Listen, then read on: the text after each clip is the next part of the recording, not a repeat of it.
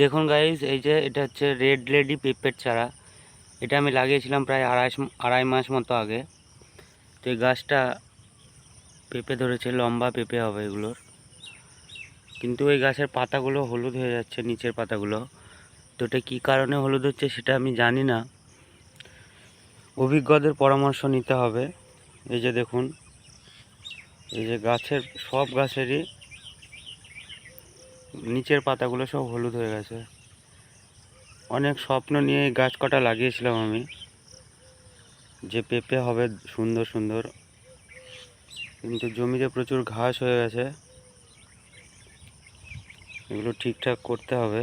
এবং গাছের গ্রোথ সেরকম নেই, ছোট গাছ। এই যে দেখুন।